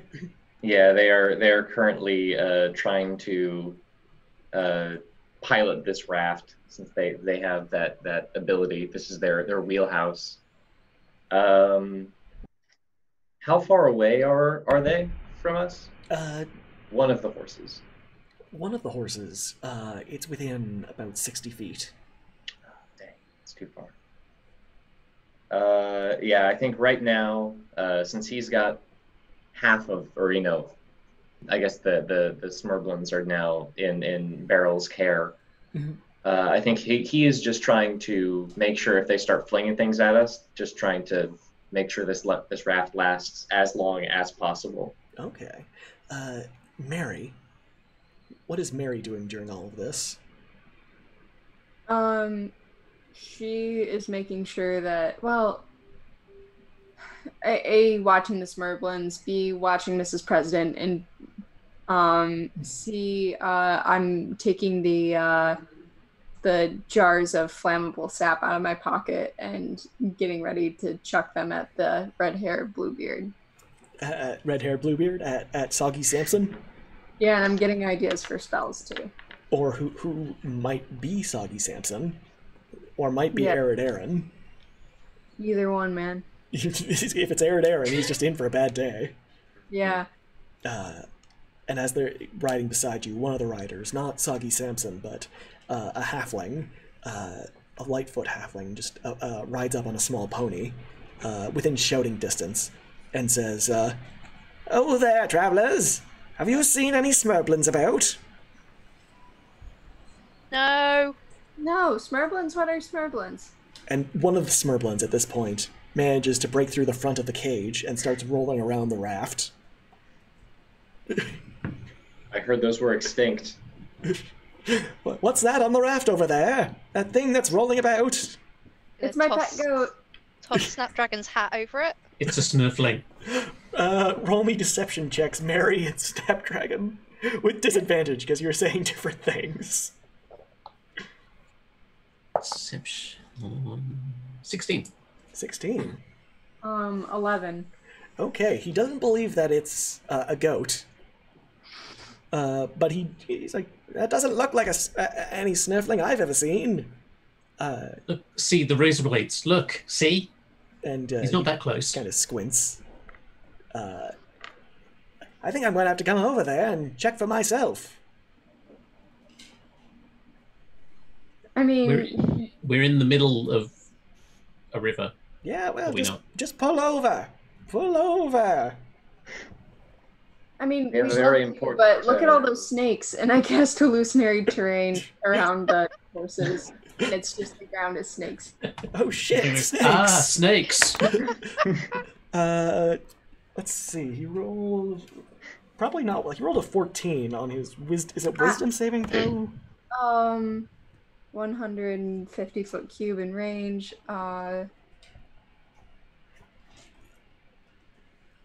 It doesn't say check against your spell DC to disbelieve it. Okay, what is your spell save DC? I'm sorry, what would that be again? It's been a minute. it'd be on if you go to spells. I see. 13. Okay, so he managed to beat the spell save DC, but I'm does his aiming for the horses, though. Okay, then let's. That's why I say- Ooh, the horse rolled very well, and by very well, I mean an 8. I think it's an investigation check against it, right? Yeah, so the pony just kind of freaks out and kind of stops immediately, causing this guy to go flying off of his own horse. Just not landing anywhere near your boat, but landing in the waters, where he starts thrashing around, going, "Help! I can't swim! Somebody toss me a life preserver or a Smerblin!" That would sink him. Yeah. That's a no from both. Yeah. Shut up, Ask flaming your person! friends. Ask. I don't take orders from people on fire. Oh yeah, wait, Snapdragon, we're around water. Can you like dip yourself in real quick and come back in? I can try. I'm guessing that I will, just get as far away from the edge of the raft as possible, just to dip a hand in to see if I can extinguish this. But I'm guessing it's magical flame. Actually, as you dip your hand in, it does come out extinguished, but now you only do 1d4 extra damage. That's fine. I will happily try to extinguish as much of me as is humanly or nominally possible. And I'm not going to roll new initiative. I'm just going to keep the old one. Okay. And you can see that the men on the horseback, behind the one gnome, or one halfling that just went arse over tea kettle into the water, they're unholstering crossbows, and they're getting ready to start taking shots at you.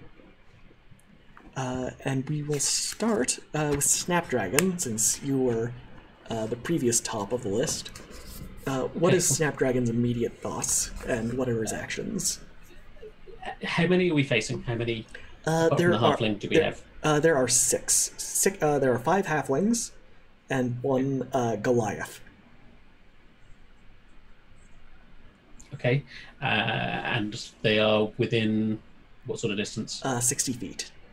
Okay, so they're on the bank. We're on the raft in the middle of the river. Correct. So they're going to be quite some time away from us. They are on So they're gonna horseback, though. Okay. Can I throw an item such as a pitcher or a jug of blaze sap and cast a spell in the same round? You can. Okay. Snap is going to be has madly tried to extinguish as much of himself, but is now scuttling backwards into the middle of the raft. But I still want to get rid of this blaze sap, and the safest and easiest way I can get rid of it is to throw it at our pursuers, which is what I want to do, and I'm going to huck that as close as I can to them. By all means. And roll me a ranged attack. that's not great. That's a 10. That's a 10. Okay. It lands a little bit short, but if you wanted to cast a spell on it, it might be able to create like a wall between you and the pursuing ponies. Did I know that if this blaze sap is flammable or explosive, is it likely to explode as it lands? It's combustible. It will combust, probably so it's when exposed to a flame. Application of a flame. Okay. I will cast fireball at it. I will cast fireball at it. Okay. Then there's a burst of green flame as the fireball seems to catch on fire even more so.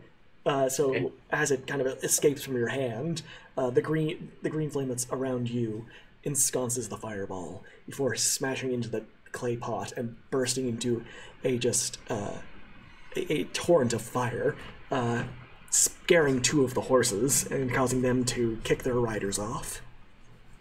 Okay. But so it hasn't hit them? It didn't hit them, but it did scare the horses. Okay. Good enough. Which, was there anything else you wanted to do with your turn? Nope, that's it. All right then, Miss Shelley. I'm going to. So I take it. Sagi Samson is still on his horse. Yeah, Sagi Sampson's on a much better trained war horse. He would look very ridiculous riding a pony. Right. So I'm going to cast Maximilian's Earthen Grasp to try to get a hand to come up and take him off his horse. Oh, just kick him right off of his high horse? Yeah. All right. Can you read that spell out to me? Yeah. He would need to make a strength save of 13. A medium hand made of compacted soil rises and reaches for one creature you can see within 5 feet of the area where, the hand would come up. The target must make a strength throw. On a failed save, the target takes 2d6 bludgeoning damage and is restrained for the spell's duration. Okay. That's a 19 plus his strength bonus of +4 because of his Goliath-like strength. Okay, so some soil just kind of comes up and then just immediately gets dissipated. Oh, you said it. You said it the best at the start of the game. Soggy Samson's a slippery man. You try to grab onto him, and he manages to get right out of the grip of that hand. So, as a bonus, can I take out one of the flasks and throw it? Yeah, you can throw it into if you aim for the fire that's already there. Yeah, I'm going to try to. Okay, roll me a ranged attack. Alright,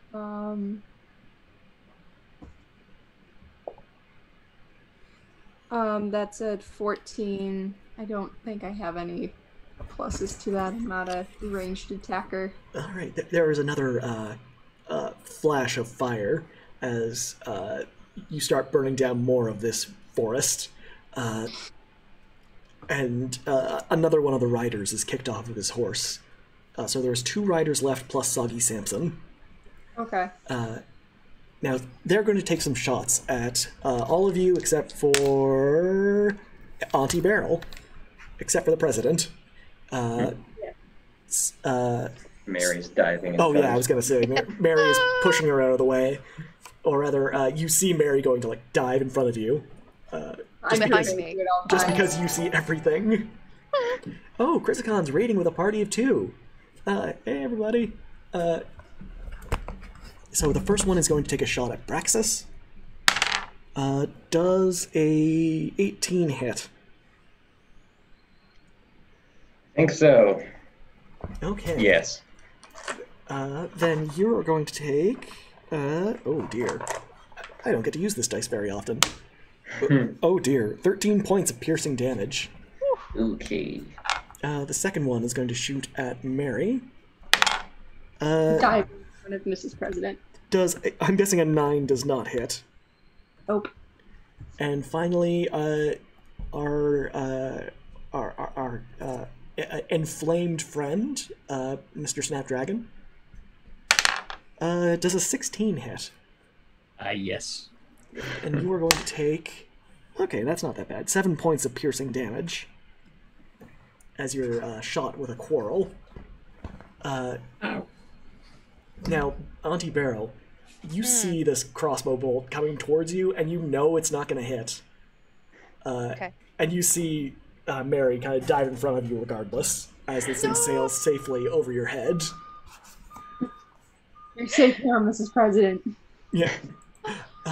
And that brings us to you, Auntie Beryl.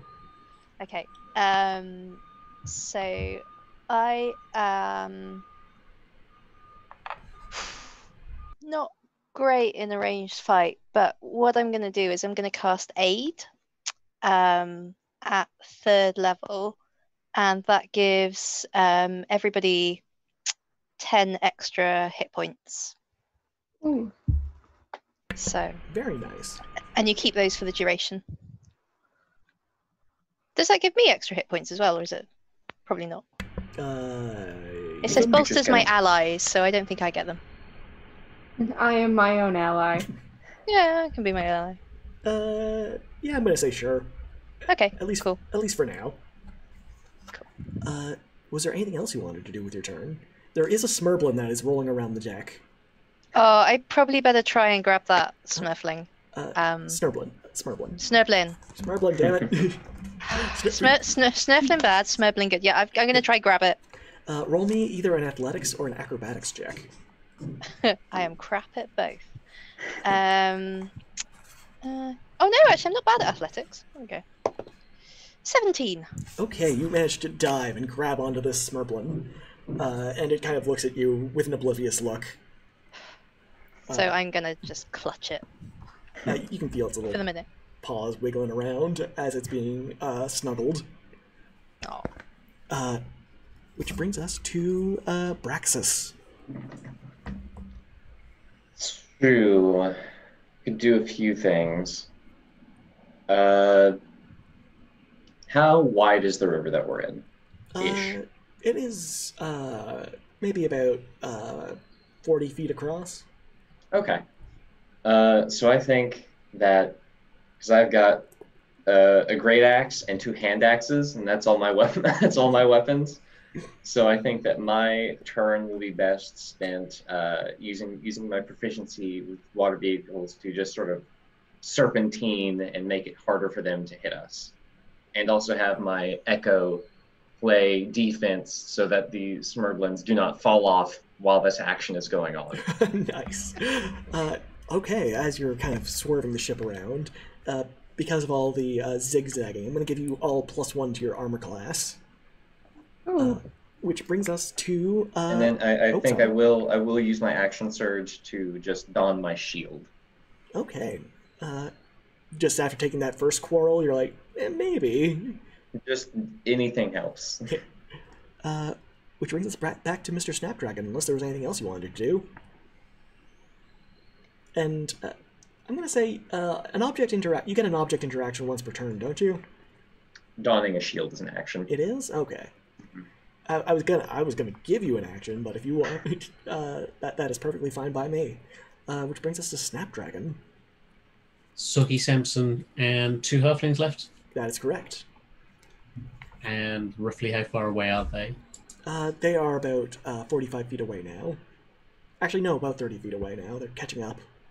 About 30 feet. 30 feet sounds great, because I'd like to cast Suggestion at the closest halfling to Soggy Samson.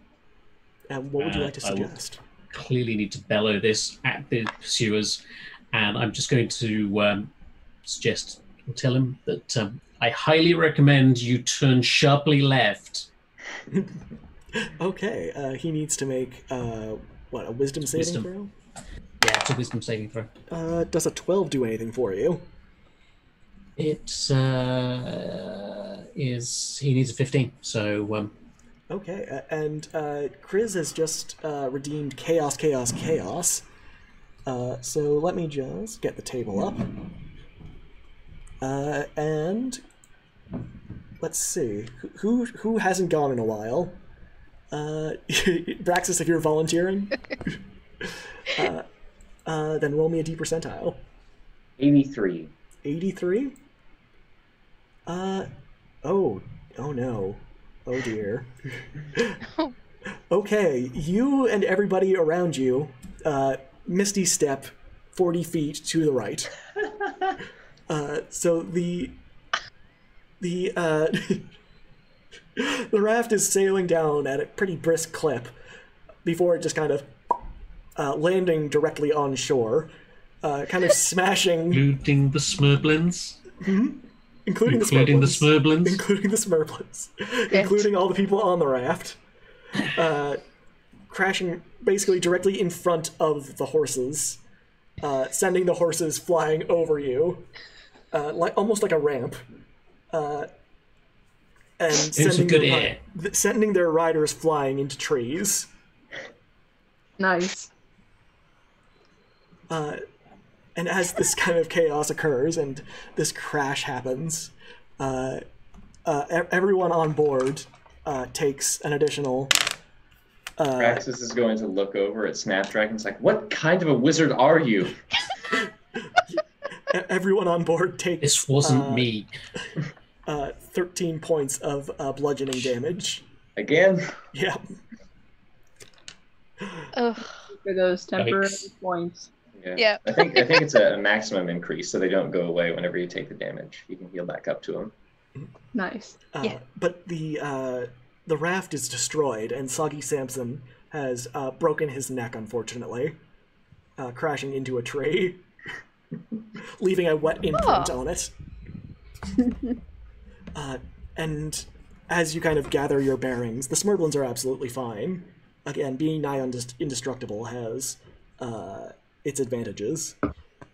Did the cages go with them? Yes. Okay. It We is, don't suddenly have 4 Smerblins that we now need to recapture. you have to wrangle.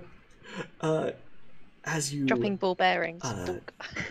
gather your bearings and look around, you can see that there are some wood elves just kind of peeking their heads out of the trees. One of them is peeking its head like on the other side of the tree, and on the opposite side of it, there is a halfling just kind of embedded in the tree, just kind of one of its legs twitching. And the wood elf says, "Did Professor Featherlight send you for you?" Yes. Do you know Professor So-Into? I am Professor So-and-Who. And the wood elf gives Good. you a small bow. We were told to wait here for some adventurers who were bringing Smerblins. And you can see that from behind this man, a bunch of other Smerblins come rolling out. There's probably about 30 of them, and they're just kind of circling you. That is so cute. Really stud cages. These miscreants were really bad at this. If they were going after 4, and there were like 30 right here. Well, this is supposed to be a hidden reserve. Hmm. And he looks around and says, Well, we'd better make sure we go back and murder all of them, just to make sure it stays hidden, obviously. Throws a throwing axe at the one that's leg is still twitching. Still twitching, yes. Still half of it twitching. falls away from the tree. I wasn't serious, Brexis. Braxis doesn't get around. No witnesses. Okay. And yes, we were to pay you as well. I You were believe, supposed to pay us well, yes. yes, Professor Featherlight said 1,000 gold pieces a person. No. I hand them the letter that Oh. I have tucked away. Oh, yeah. This letter says that you were going to be doing it out of the kindness of your hearts, but you know, For our agreed upon fee of 1,500 gold pieces. of course, each. I don't want to get any bad reputations for the university or for the Smerblin Preserve. That's very wise. One of the Smerblins rolls up to you, Snapdragon, and kind of turns its large, expressive eyes towards you, and it seems like it wants to be picked up. I'm just going to nudge it with my foot away. It rolls away quite Yeah, I easily. pick it up. Oh yeah, It no. rolls into me, and I already have like 10 others in my arms. You just have a. You've gone full Disney princess. I'm just picturing that one meme of like, how am I going to hold all these lemons? Yes, yes. And the Professor So-and-Who dips his head towards you as he each gives you a rather hefty sack of gold coins and says, "The Smerblins thank you, brave heroes." And I think that is where we shall leave the game. As, Yay. Yay! Good job, everybody. Surrounded by happy Smerblins. Happy Smerblins and half of a halfling. And I'm hearing barking. Waterling. Yeah, Bark? that's luckily the barking didn't start until right when we were done, so that's good. Yeah, Yeah, they were just excited. Yeah. Smerblins got home. I know I am. Well, thank you everybody for joining us for the first episode of SauceQuest. This will be happening intermittently. Whenever I get the urge to run a one shot, and it looks like Ninja's redeemed a round of applause. Oh, and so is Scozy. Thank you. So yeah, thank you everybody for joining us. Thank you for my lovely players. If you all have anything you want to plug, by all means. Julia, you started your own Twitch channel recently. Yeah, I have a Twitch channel. It's just at J Madalena. like my username that you see pop up every so often. So I'll be doing some arts this week. There was more applause. Ah, Talk beat me to it. I was going to do the shout out command. thank you, Kat. And yeah, thanks everybody for joining us. We'll be doing not this next week and not, well, maybe this next week if I get the urge. But there is also going to be a cyberpunk game starting soon called Cyberpunk Red Action Express. Oh, Yum Yum Cereal, thank you for the follow. So if any of this has seemed appealing towards you, that will be coming down the pipe quite shortly. We'll have an official announcement. But yeah, until then, thanks for joining us. We'll see you around next time. Bye, everybody. Bye. We're still hot mics, so don't say anything horrible. Sub to Sauce. Just sub to Telp. Sub to Telp. Yeah. Happy birthday. Happy birthday, Telp. Good night, everybody.